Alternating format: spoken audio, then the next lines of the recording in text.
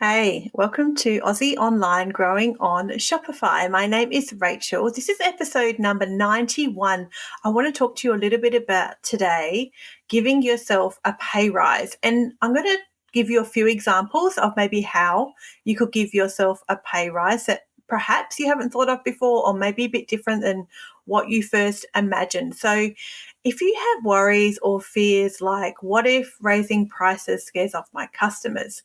Or what if discontinuing some products means that I'll miss out on potential sales? It can be really stressful and nerve-wracking. And when you're growing a business, and if you're growing an e-com business in Australia like I am, then pricing is a real headache. It can be really stressful because what price do you set? How do you set your prices? And I have a whole episode about setting your prices. It's from a long time ago. It's very early on when I started my podcast. I should probably do a new episode actually. But this episode is how to give yourself a pay rise. Are you even paying yourself consistently? And if you have been in business for a long time and you do pay yourself consistently, is it even something you consider anymore, or you just get used to the routine of it? Is there some of these tactics you might want to try to give yourself a bit of a bump in what you already pay yourself, or to afford more for your staff that you employ, or to afford more for your business expenses and to try some new things? So improving cash flow is never a bad idea. And if you choose to use that improved cash flow to pay yourself more, then I congratulate you, because I am getting to a bit of a point this year. What are we, like the middle of 2024, that I was thinking I haven't actually given myself a pay rise in 12 months. So 12 months ago, hey, you know as well as I do, things were cheaper. Cost of living was cheaper 12 months ago than it is now. And what I pay myself from my business is definitely not kept up with inflation, and not really kept up either with the reflection in how much my business is growing. I've been using that increased cash flow for other things, which is totally understandable. If you can afford to do so, that's ideal. So I'm happy I'm doing that. But I want to give myself a bit of a pay rise. And I want to tell you 5 things I think you can potentially do to give yourself a pay rise in your small business. We are not working for free. We love what we do, don't we? But this is ultimately for our families, for our financial security, for our standard of living, to build a brand, a legacy, an asset that benefits our family in many ways, and one of those is financially.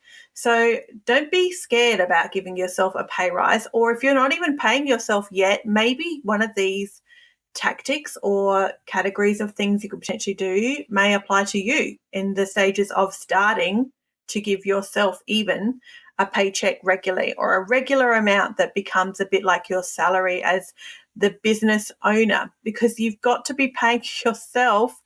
And often it comes down to literally just setting that money aside deliberately and making sure it happens. And then you kind of work all the other expenses around it. But that's sort of a tactic I'll talk about in a minute. Let's start from the top, and I'm going to give you 5 things. The first one I want to talk to you about is, this is actually one of my favorites. And I've done this a couple of times in the last couple of years to increase my revenue and cash flow. I just haven't set it aside to increase my paycheck personally, but I should totally do that. One of them, this is number 1, increase prices on your best sellers. This applies whether you have had 5 sales in your e-commerce business, or 5,000 sales in your e-commerce business, or 5 million sales, which is definitely not me, but I could probably relate to 5,000 sales, is you should increase the prices on your best sellers only. This is kind of like the leveraging smarter, not harder concept. So just put the prices up on what already sells well, just a little bit. So instead of across the board raising all your prices, which may feel really icky or a bit stressful or a bit risky, and you worry that people are really going to notice that on your website if you up the price of everything across the board, then what about picking your best sellers? So they're the high volume selling products anyway, and increasing those a little bit. Because then the benefit of that, of course, is there's a higher volume of those products. So they sell more anyway. So you may end up with sort of netting or banking a similar amount of cash as if you'd raised everything across your website by a certain amount. So just choose your best sellers and do that to begin with. They're your best sellers for a reason. They're probably undervalued. If you are, particularly if you're a female business owner, this is so cliche, but probably true, is we really struggle with probably charging our worth or setting reasonable prices and just being happy that that's the price, presenting it to a customer, they either take it or leave it. I've talked to you before about a couple of creators. I mean, you all do the same. You follow creators online on TikTok and socials. And when I see an online business owner or a small business brand on social media get really defensive about their pricing, it makes me really sad for them, because don't be defensive about your pricing. Like, you don't need to justify your price to anybody except yourself as a business owner. And more than likely, you are undercharging than overcharging. That is usually the default of many small businesses.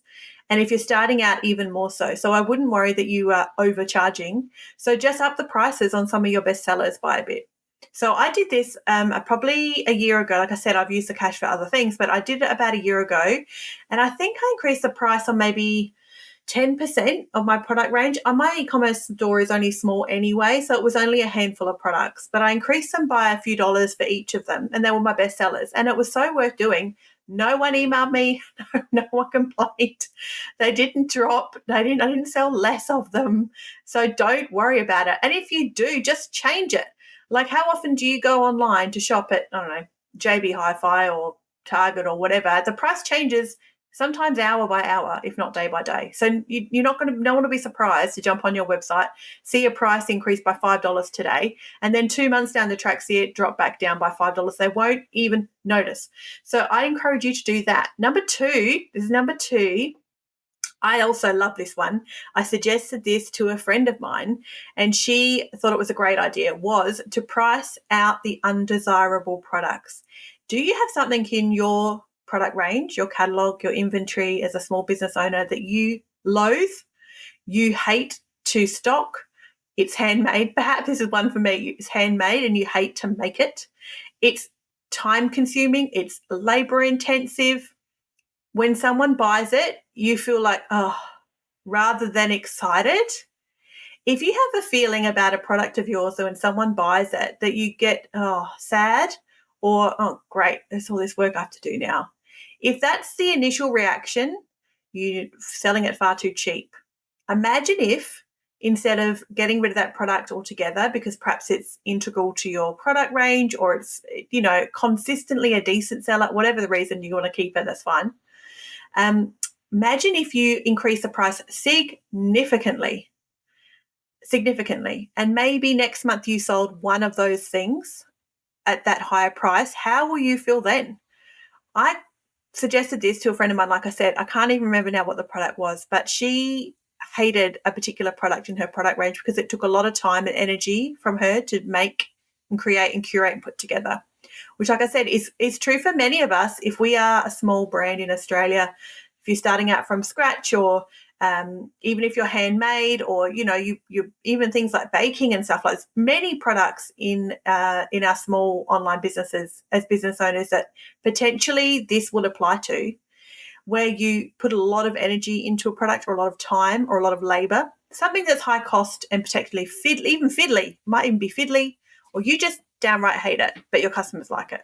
Whatever the reason, if you have that feeling when someone buys it and you think, oh no, then increase the price way much, like huge, like up the price by a huge amount, and see how good you feel when someone buys it. They're probably going to buy it less often if it's really expensive.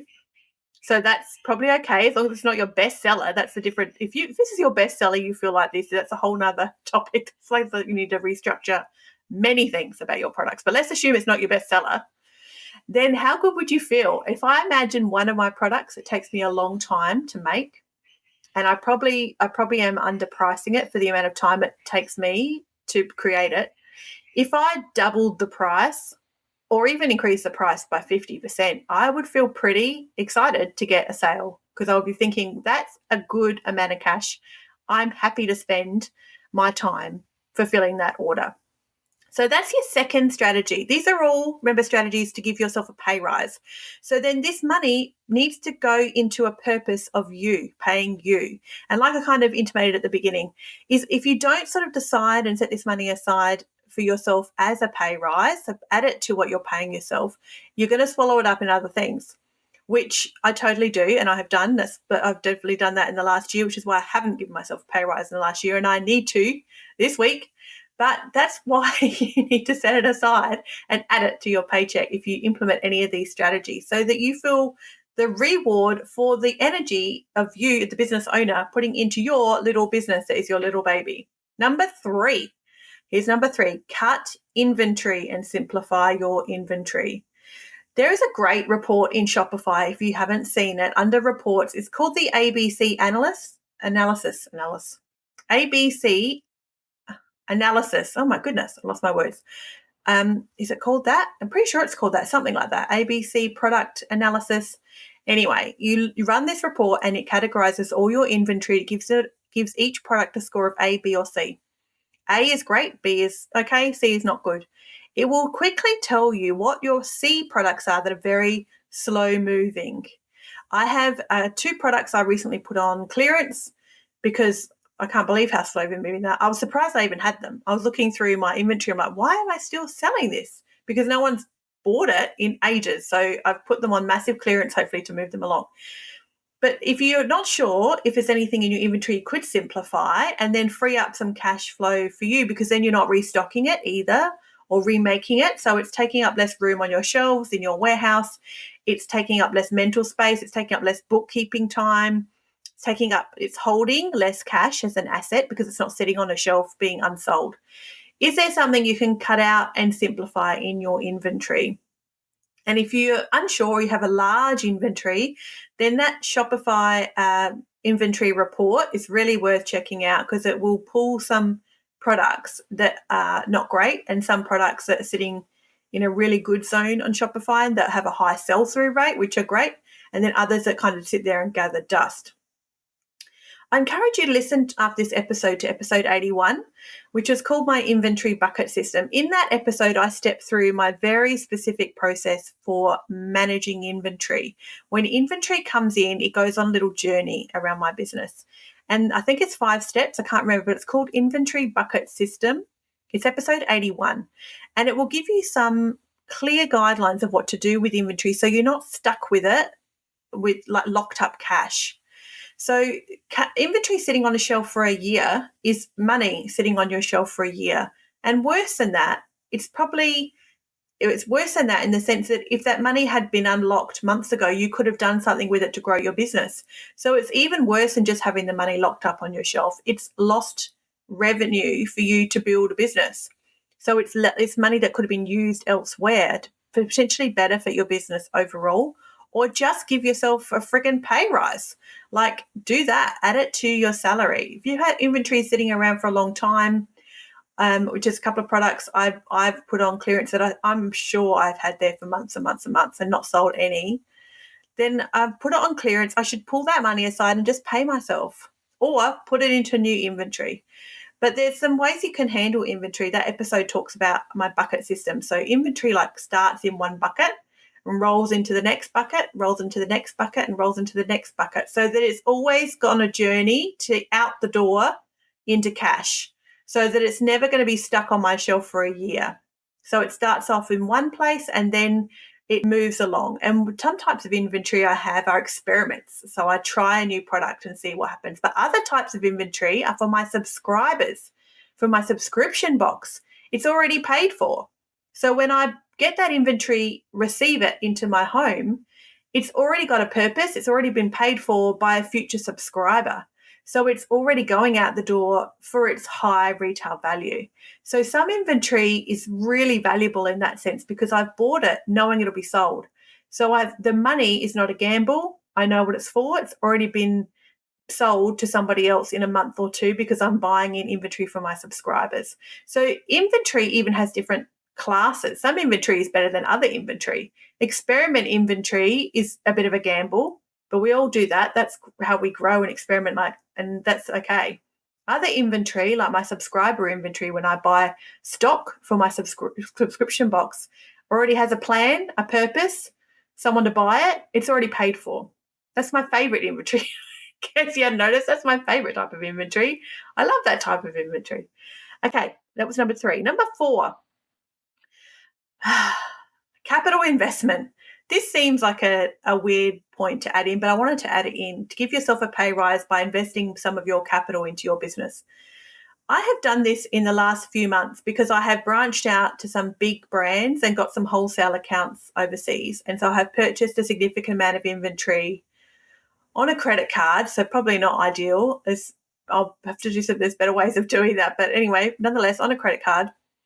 And there's for some wholesale accounts that I now have that I didn't used to have, some wholesale stockers. So I've got some inventory in for some wholesalers from some big brands that my customers recognize. So they know the brands. They're very common, popular brands.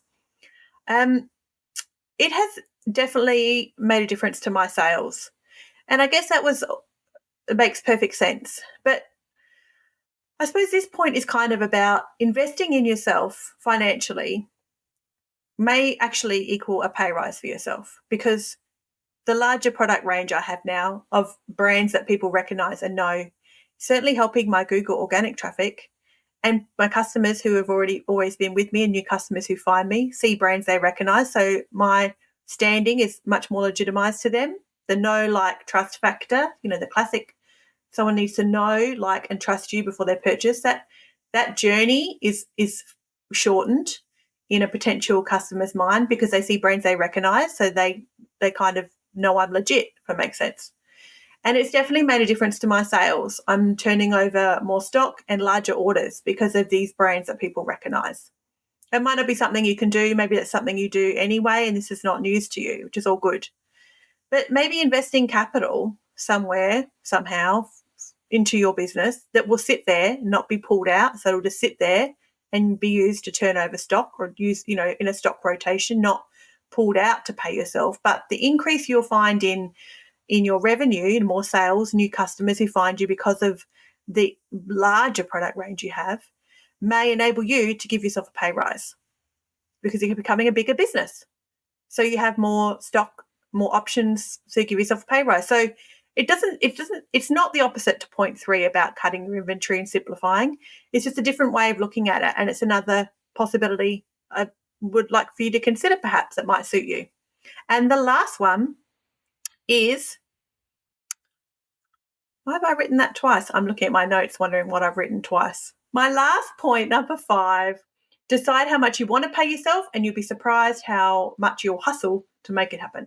Like I said, a year ago, I was paying myself a certain amount, and I'm still paying myself the same amount. I need to increase it. And if I just decide a new amount and set that aside, I reckon I will make that work, and I will function in my business to ensure it happens. I guess it's like setting a goal for yourself. And I'm not a huge goal setter. I'll confess that. I don't love goals, but I love progress. I love failing forward. I love moving and not things standing still. So maybe just decide on an amount to pay yourself and decide on a new amount to pay yourself if you haven't given yourself a pay rise in a little while. And you might actually hustle. You might find things to save money and cost cut and get rid of some subscriptions or something. You may put a few more sales on that you wouldn't normally, just to move some inventory. You may think of some new promotional things you could do. You may try more paid traffic, get more top of funnel with, potential visitors to your website with some paid traffic that wouldn't ordinarily end up on your website, that you then grab their email address and you convert them through a lovely email sequence that makes them feel good and they purchase over time. And then you find in a few months' time, your revenue's gone up by a certain percentage and you've actually been able to accommodate easily and maybe even more so the pay rise you gave yourself. So I feel like that's probably the one I'm landing on today that I need to just decide to do. And then I reckon if I just decide on an amount to increase my own salary too, my business will sustain it because I operate my business as the business owner I am and the CEO to make it happen. Commitments to ourselves are just as important as commitments to other people like staff or contractors. So make that commitment to yourself if you land in that one. Just decide an amount and increase it and then see how much you hustle to make it work. So that's my 5 things. I hope you found some of them helpful. You might try one of them. or you may lean on one of these to give yourself a pay rise in the next couple of months and combat the cost of living crisis here in Australia in the unique way we can as a business owner, because we're in control of our business and our revenue. Or maybe you are at the very early stages of this, and this will give you some encouragement to try one of these to start giving yourself a pay rise, and set aside a certain amount every week or every fortnight or every month that you are paying yourself, compensating yourself as a business owner for the work you do. You'll be rewarded for, because you're working like everybody else does, and you deserve to be paid like everybody else as well. Thanks for hanging out with me today. You can find me at Aussie Online Growing on Shopify.com.au. I'm a Facebook ad specialist. So if you want some support with your next marketing step in your business, if you're a bit of a bottleneck and know there's some things in your business that need some attention, but you're just far too busy as a CEO to do all this stuff yourself, feel free to reach out and I can support you and do some projects for you and just take it off your plate, and you can get that time back for yourself. Potentially save yourself some money as well, particularly if you are using a Facebook agency at the moment, or you've tried some DIY yourself and spent a lot of money with very little results. I can absolutely unravel the ball of string that is Meta for you and that data, and I can get you back some time and potentially save you some money as well. I'm a very anti-agency, one-man band agency. I'm a Facebook ad specialist. I have been advertising on Facebook and Instagram now for nearly 5 years, every day, consistently throughout the ups and downs that have been, the privacy changes online, and all sorts. So I've been doing it a long time. I know a lot about the back of Meta, and I built 2 e-commerce brands, mostly by using social media and paid traffic to acquire my customers. So head to the website. You can book yourself a free discovery call. You can put it in my calendar. Just pick a date and book it.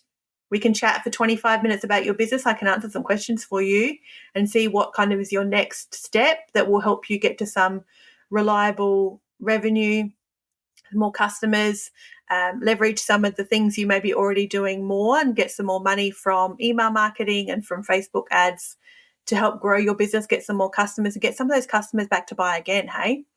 In the meantime, give yourself a pay rise. I'd love to know how you do it. Send me an email through the website and let me know. And I'll see you guys next time. As always, keep learning